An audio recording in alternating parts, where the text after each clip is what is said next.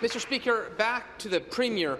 One newspaper read, hiding billions of dollars the Ontario government is borrowing to lower electricity bills for a few years will cost hydro users an extra $4 billion. This is what it's about. It's about an additional $4 billion that families are going to have to pay.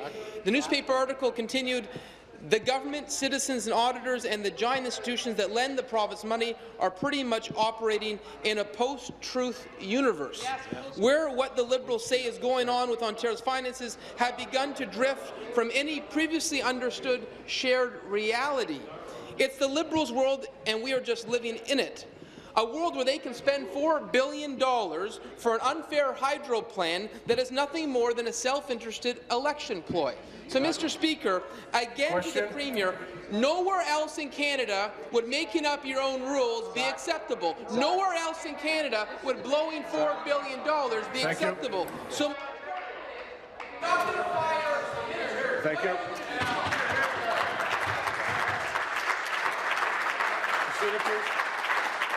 You say it, please. To the member, when I stand, you sit. Premier. Minister of Energy. So I know, Mr. Speaker, that families in this province, as the Premier said, really asked for real and immediate relief on their electricity bills, and that's what we delivered, Mr. Speaker. We made a policy choice, Mr. Speaker, a policy choice to ensure that we continue to have a clean, reliable and affordable electricity system for ratepayers of today and the ratepayers of tomorrow. The Fair Hydro Plan, Mr. Speaker, it keeps the cost of borrowing within the rate base, not the tax base, because that's the logical thing to do, Mr. Speaker. Electricity financing should remain within the electricity system. While the Auditor General is welcome to her opinion, Mr. Speaker, our plan has been approved by her peers at some of Canada's. Order.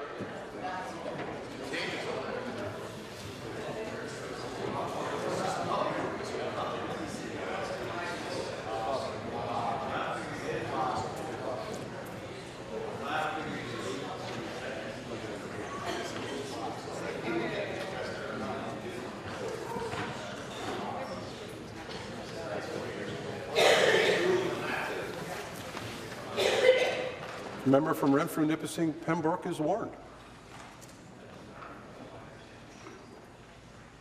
I set the trap, you eat the bait. Minister. Thank you, Mr. Speaker.